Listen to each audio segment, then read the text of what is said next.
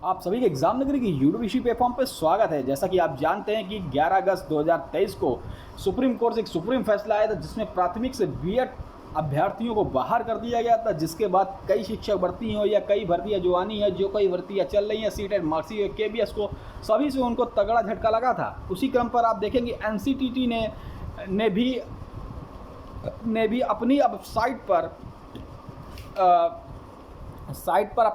पर supreme court का फैसला जो आदेश आया था उसको अपलोड कर दिया है। क्या है पूरी हम खबर जानेंगे। उससे पहले जो भी भाई चैनल पे नए हैं, चैनल को सब्सक्राइब कर बेल आइकन दबा दे, जिससे कोई भी खबर हो बेसिक शिक्षा, माध्यमिक शिक्षा विभाग की शिक्षा जगह से रिलेटेड सबसे पहले एग्जाम नगरी आपको प्रोवाइड करता है। आशा आप सभी भाइयों ने चैनल को लाइक सब्सक्राइब शेयर कर दिया होगा। देखते हैं क्या खबर है।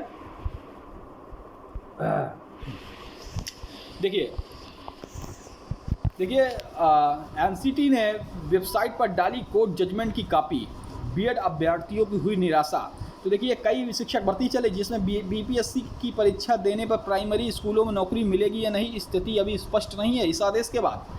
तो national council for teacher education NCT ने अपनी ऑफिशियल वेबसाइट पर सुप्रीम कोर्ट के जजमेंट को अपलोड कर दिया गया है। सुप्रीम कोर्ट के जजमेंट में यह स्पष्ट है कि बीएड होल्डर प्राइमरी टीचर प्राथमिक शिक्षा के लिए एलिजिबल नहीं है। सिर्फ diploma elementary education DElEd holder ही शिक्षक के लिए मान्य है, क्योंकि उन्होंने प्रॉपर प्राइमरी एजुकेशन के लिए ट्रेनिंग ली है, जबकि बीएड शिक्षकों की ट्रेनिंग 6 से 12 तक के छात्रों के लिए की गई है। एनसीटी ने अपने नोटिस में जजमेंट को अपलोड करने का सीधा मतलब है कि वह सुप्रीम कोर्ट के निर्णय का अच्छा रसह पालन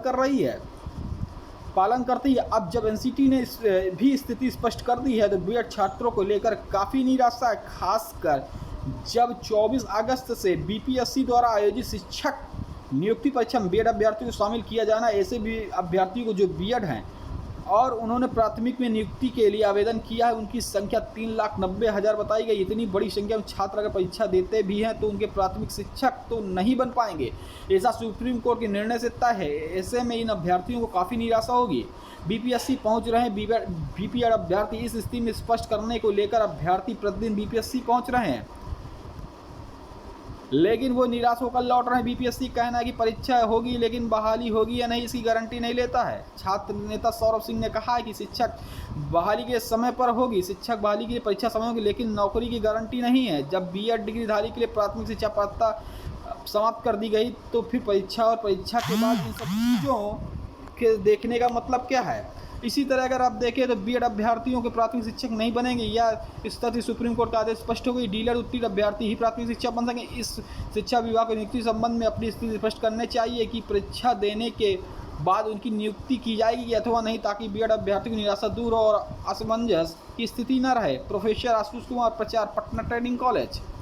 शिक्षा विभाग को अब तक कोई निर्देश नहीं। प्रत्येक छात्र परीक्षा के लिए आवेदन शुल्क भी जमा किया है और शुल्क वापस नहीं होगा, क्योंकि बीपीएससी ने निर्धारित समय परीक्षा लेने की दिशा निर्देश जारी कर रहा है और परीक्षा नहीं टलेगी। वहीं सुप्रीम कोर्ट के जजमेंट और एनसीटी के उसे अपनी वेबसाइट पर अपलोड करने के बाद अब तक शिक्षा विभाग का कोई निर्देश नहीं आया कि अब की परीक्षा के बाद बहाली होगी अथवा नहीं। अभ्यर्थी के नेता दिलीप कुमार कहना है कि जब सुप्रीम कोर्ट का निर्णय स्पष्ट है और फिर अभ्यर्थियों की परीक्षा समझ से परे, अगर शिक्षा विभाग शिक्षक नियुक्ति कर सकता है तभी परीक्षा ली जाए, अन्यथा शिक्षक अभ्यर्थियों को समय और पैसा बर्बाद न करे।